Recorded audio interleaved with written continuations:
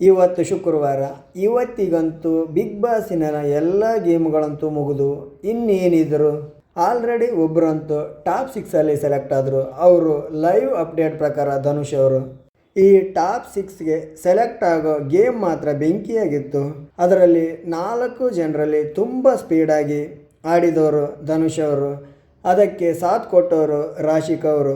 ಇನ್ನೇನೆಲ್ಲ ಮುಗೀತಲ್ಲ, big boss ಮನೆ ಮಂದಿ ಆರಾಮ್ ಸೇರಿ ಕೂತ್ಕೊಂಡು ಬಿಗ್ ಬಾಸ್ ಬಗ್ಗೆ, ಬಿಗ್ ಬಾಸ್ ಜರ್ನಿ ಬಗ್ಗೆ, ಬಿಗ್ ಬಾಸ್ ಮನೆಯಲ್ಲಿ ಕಲಿತಂಥ ಪಾಠದ ಬಗ್ಗೆ ತಮ್ಮ ಅನುಭವಗಳನ್ನು ಒಬ್ರಿಗೊಬ್ಬರು ಹಂಚಿಕೊಳ್ಳುತ್ತಾ ಇಲ್ಲಿ ಕುಂತಿರುವುದನ್ನು ನೋಡಬಹುದು.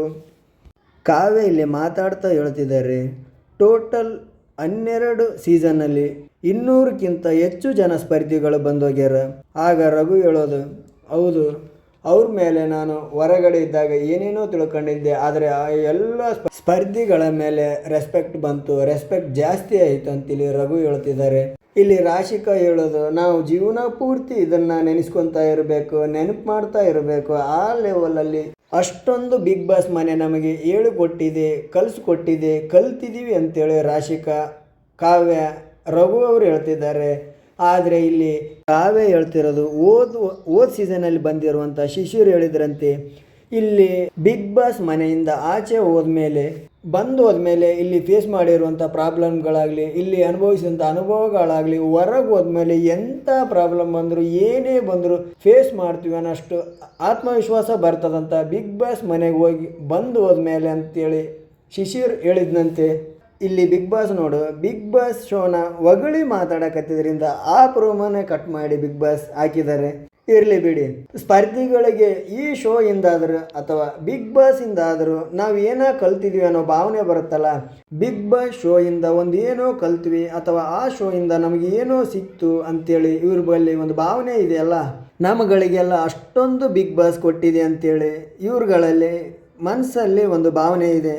ಆ ಭಾವನೆ ಮಾತಿನ ಮುಖಾಂತರ ನೋಡ್ಬೋದು. ಪರವಾಗಿಲ್ಲ, ಒಟ್ಟಿನಲ್ಲಿ ಇವರಿಂದ ಬಿಗ್ ಬಾಸ್ ಶೋಕ್ಕಾಗಲಿ ಅಥವಾ ಬಿಗ್ ಬಾಸ್ ಶೋ ಇಂದ ಇವ್ರಿಗಾಗಲಿ ಒಟ್ಟಿನಲ್ಲಿ ಒಳ್ಳೆಯದಾಗಿದೆಯಲ್ಲ. ನಿಮಗೆ ಏನೇನು ಅನಿಸುತ್ತಾ, ನೀವು ಏನೇನು ಹೇಳ್ಬೇಕಂತಿದ್ದೀರಾ, ಇನ್ನೂ ಒಂದು ವಾರ ಇದೆ. ಆರಾಮಾಗಿದ್ದು ಯಾರೋ ಒಬ್ಬರು ಗೆದ್ದು ಆ ಕಪ್ ಜೊತೆ ಹಣನೂ ತೊಗೊಂಡು ಹೋಗ್ತಾ ಇರಿ. ವೈಕ್ಯಂತ ಈ ವಾರನ ಕಳಪೆ ಉತ್ತಮ ಅದ. ಇನ್ನು ಮುಗಿಯಕ್ಕೆ ಬಂದ್ರೂ ಬಿಡೋಲ್ಲೋ.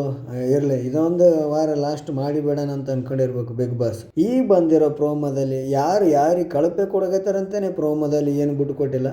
ಆದರೂ ರಾಶಿಕಾನ್ ಮಾತ್ರ ರಕ್ಷಿತಾ ಕೊಡಕತ್ತಾಳ ಒಂದಿಷ್ಟು ಕಾರಣಗಳನ್ನು ಕೊಟ್ಟು. ನಾವೆಲ್ಲೋ ಒಂದಿಷ್ಟು ಗಿಲ್ಲಿ ಜೊತೆ ಕೂತ್ಕೊಂಡು ಮಾತಾಡಬೇಕಿದ್ರೆ ಆಗ ರಕ್ಷಿತಾ ಹೇಳ್ತಾಳೆ, ಗಿಲ್ಲಿ ನೀನು ಮಾತಾಡಬೇಡ ಅವ್ರ ಜೊತೆ ಅಂತೇಳಿ. ಇನ್ನು ಬೀನ್ ಬ್ಯಾಗನ್ನು ತಗೊಂಡೋಗಿ ದೂರ ಹೋಗಿ ಇಟ್ಟು ಬರ್ತಾಳೆ.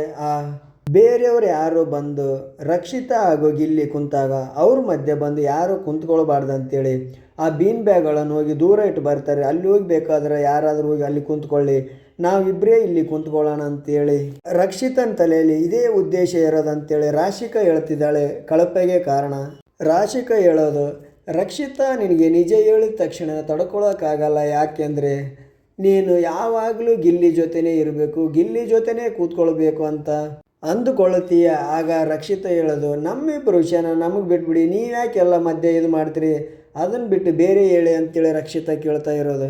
ಇರಲಿ, ಇಲ್ಲಿ ಕಳಪೆಗೆ ಯಾರು ಹೋದ್ರು, ಅತಿ ಹೆಚ್ಚಾಗಿ ಓಟುಗಳನ್ನು ಯಾರು ಪಡೆದ್ರು ಮತ್ತು ಉತ್ತಮ ಯಾರಿಗೆ ಸಿಕ್ತಂತೇಳಿ ಎಪಿಸೋಡಲ್ಲೇ ನೋಡಬೇಕಾಗ್ತದ.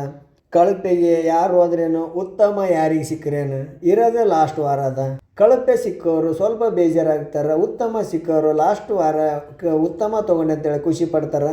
ನೋಡೋಣ ಯಾರ್ಯಾರಿಗೆ ಏನೇನು ಸಿಕ್ತು ಅಥವಾ ಯಾರ್ಯಾರಿಗೆ ಏನೇನು ಕೊಟ್ಟರು ಅಂತೇಳಿ.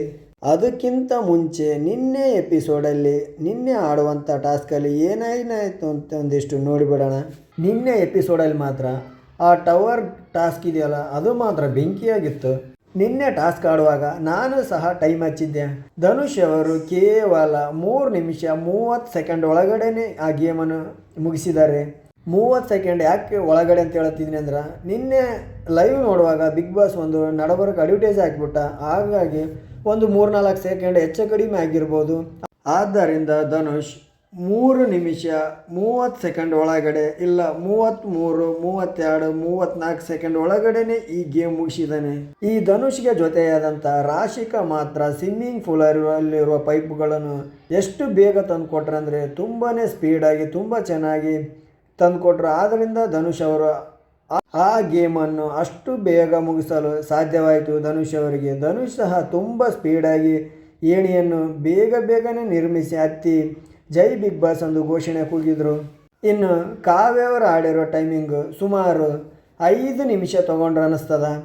ಗಿಲ್ಲಿ ಹಾಗೂ ಕಾವ್ಯ ಇಬ್ಬರೂ ಸೇರಿ ಪೈಪ್ ತರೋದ್ರಲ್ಲಿಂದ ಹಿಡಿದು ಪೈಪನ್ನ ಜೋಡಿಸಿ ಹತ್ತಿ ಜೈಘೋಷ ಕೂಗುವವರೆಗೂ 5 ನಿಮಿಷ, ಸ್ವಲ್ಪ ಒಂದು 3-4 ಸೆಕೆಂಡ್ ಹೆಚ್ಚು ಕಡಿಮೆ ಆಗಿರ್ಬೋದು.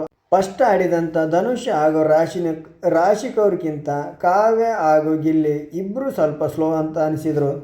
ಇನ್ನು ಈ ಗೇಮನ್ನು 2 ಜೋಡಿ ಆಡಬೇಕಾಗಿದೆ. ಅಶ್ವಿನಿ ಹಾಗೂ ಧ್ರುವಂತ್ ಮತ್ತು ರಘು ಹಾಗೂ ರಕ್ಷಿತಾ. ನೋಡಬೇಕು ಇವರು ಎಷ್ಟು ಬೇಗ ಅವರು ಸೆಟ್ ಮಾಡಿರೋ ಟೈಮ್ಗಿಂತ ಮುಂಚೆನೇ ಮುಗಿಸಿದರೆ ಇವರೇ ವಿನ್ನರ್. ಒಂದು ವೇಳೆ ಲೇಟ್ ಆದರೆ ಬಹುಶಃ ಪಕ್ಕ ಧನುಷನೇ ವಿನ್ನರ್ ಆಗ್ತಾನೆ. ಅಶ್ವಿನಿ ಹಾಗೂ ರಘು ಅವರಿಗೆ ಧನುಷ್ ಅವರು ಸೆಟ್ ಮಾಡಿರೋ ಟೈಮಲ್ಲಿ ಮುಗಿಸೋದು ಸ್ವಲ್ಪ ಕಷ್ಟ ಆಗಬಹುದು. ಇವರಿಗೆ ಜೋಡಿಯಾದಂಥ ಸಹಾಯ ಮಾಡಲಿರುವಂಥ ಅವರು ಸಹ ಧ್ರುವಂತೇನೋ ಸ್ಪೀಡಾಗಿ ಪೈಪ್ಗಳನ್ನು ತಂದಾಕಬಹುದು ಸ್ವಿಮ್ಮಿಂಗ್ ಪೂಲ್ನಿಂದ. ಆದರೆ ರಕ್ಷಿತನಿಗೆ ಒಂದು ಸ್ವಲ್ಪ ಕಷ್ಟ ಅನ್ನಿಸ್ತದೆ. ಧನುಷ್ ಅವರು ಸೆಟ್ ಮಾಡಿರುವ ಟೈಮ್ಗಿಂತ ಮುಂಚೆನೇ ಇವ್ರು ಮಾಡ್ತಾರಂತೇಳಿ ಏನೋ ಡೌಟು. ನೋಡಬೇಕು, ಯಾಕೆಂದರೆ ಗೇಮ್ ಅದ, ಯಾರು ಹೆಂಗೆ ಬೇಕಾದರೂ ಎಷ್ಟು ಸ್ಪೀಡ್ ಬೇಕಾದರೂ ಆಗಬಹುದು.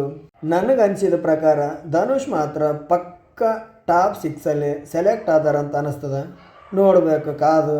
ಟಾಪ್ 6 ಗೇಮ್ ಆಡಿರುವಂಥ 4 ಜನರಲ್ಲಿ ಯಾರ್ಯಾರ ಟೈಮನ್ನು ಎಷ್ಟಿತ್ತಂತೇಳಿ ನೋಡಿ ಅದರಂತೆ ಅದನ್ನು ತಿಳಿಸಲು ನಂದ ಗೋಕುಲ ಧಾರಾವಾಹಿಯ ಫ್ಯಾಮಿಲಿ ಬಂದಿದೆ ಬಿಗ್ ಬಾಸ್ ಮನೆ ಒಳಗಡೆ. ಅವ್ರು ಬರ್ತಾನೆ, ನನ್ನ ಹಿರಿ ಮಗನ ಮದುವೆ ಇದೆ, ನೀವೆಲ್ಲರೂ ತಪ್ಪದೆ ಬನ್ನಿ ಅಂತೇಳಿ ಕಾರ್ಡ್ ಬೇರೆ ಕೊಡ್ತಾ ಇದ್ದಾರೆ ಬಿಗ್ ಬಾಸ್ ಮನೆ ಒಳಗಡೆ ಇರುವಂಥ ಸ್ಪರ್ಧಿಗಳಿಗೆ. ಒಂದಿಷ್ಟು ತಮಾಷೆ ಮಾಡ್ತಾಯಿದ್ದಾರೆ. ಗಿಲ್ಲಿ, ನೀನು ಮ್ಯಾರೇಜ್ ಆದರೆ ಯಾವುದಾಗ್ತೀಯ, ಲವ್ ಮ್ಯಾರೇಜ್ ಅರೇಂಜ್ ಮ್ಯಾರೇಜ್ ಅಂತ ಕೇಳ್ತಾ ಇದ್ದಾರೆ. ಇನ್ನು ಗಿಲ್ಲಿ ಹೇಳೋದು ಮ್ಯಾರೇಜೇ ಆಗಬಾರ್ದು ಇದ್ದೀನಿ ಅಂತೇಳಿ ತಮಾಷೆ ಮಾಡ್ತಾ ಇದ್ದಾನೆ.